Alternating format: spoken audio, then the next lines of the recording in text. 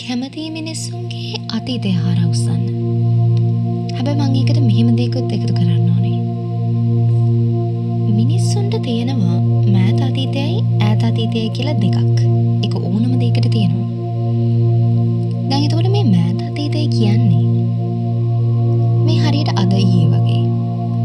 ඈත අතීතය කියන්නේ හරියට මීට මාස 3කට විතර කලින් වගේ. එහෙම. එතකොට මේ මෑත අතීතයට මිනිස්සු එච්චරම ආදරය කරන්නේ නැහැ. මම ඒකට උදාහරණයක් කියන්නද?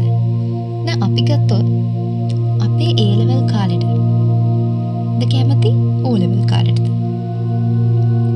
ඕනම කෙනකින් ඇහුවොත් කියයි අපි සතුටින්ම හිටියේ O level කාලේ කියලා. ඒක තමයි හොඳම උදාහරණය අපේ ජෙනරේෂන් එකට මේක පැහැදිලි කරන්න. අන්න ඒ වගේ. මං හිතනවා ඒකට හේතුව මේක වෙන්නේ නැති කියලා. අපි මෑත අතීතය කියන්නේ අද ඊයේ වගේ කියලා දෙයක් කියලා ගත්තොත් අපිට ඊයේ අඬපු සිද්ධියක් මතකයි ඊයේ රැට කෑවේ මොනවද කියන එකට වඩා. එහෙම නේද? අපිට අද ඊයේ වෙච්චි දුක්බර සිද්ධියක් අපේ හිත ඇතුලේ තියෙනවා රසවත් සිද්ධියකට වඩා.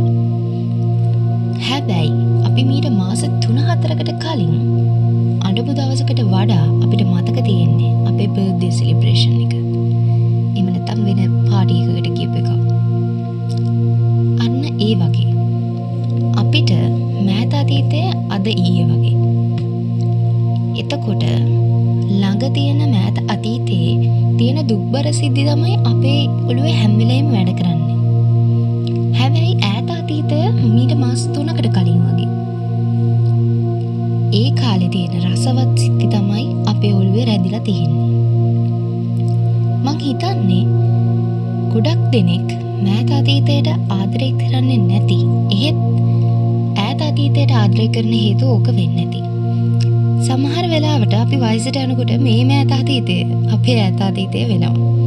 අනේ එතකොට එදාට අපිට මේ ඊ ආණ්ඩපු එකවත් ඒ දේවල් මතක තියෙන්නේ නැහැ. එතකොට මතක තියෙන්නේ අපි ගියපු වෙඩින් එකක්, අපිට හම්බ වෙච්ච පාටි එකක්, අපිට හම්බ වෙච්ච ගිෆ්ට් එකක්.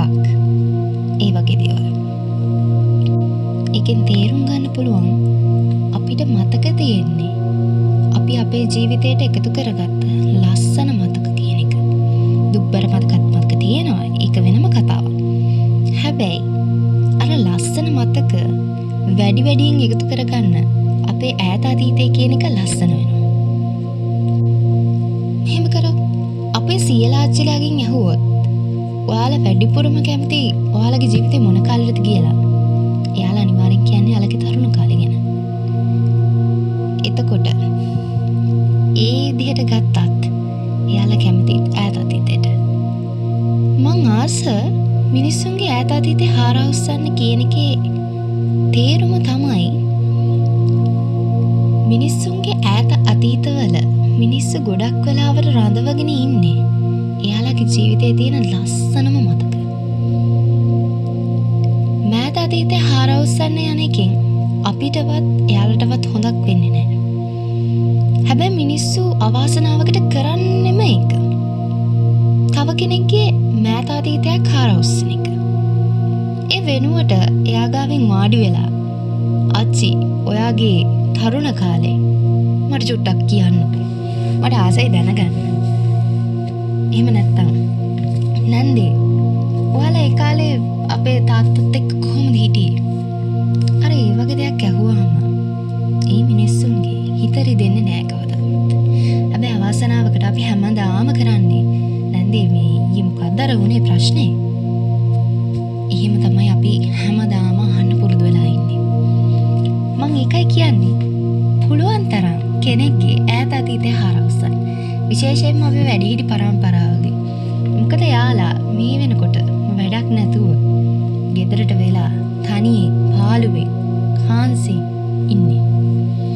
ඉතින් එහෙම මිනිස්සෙක්ගෙන් යාලගේ ජීවිතයේ ලස්සනම මතක ආපහු අවදි කරලා දෙන එක මේ අපිට හරි ලේසියෙන් කරන්න පුළුවන් දෙයක්. ඉතින් මං ආදරෙන් ඉල්ලනවා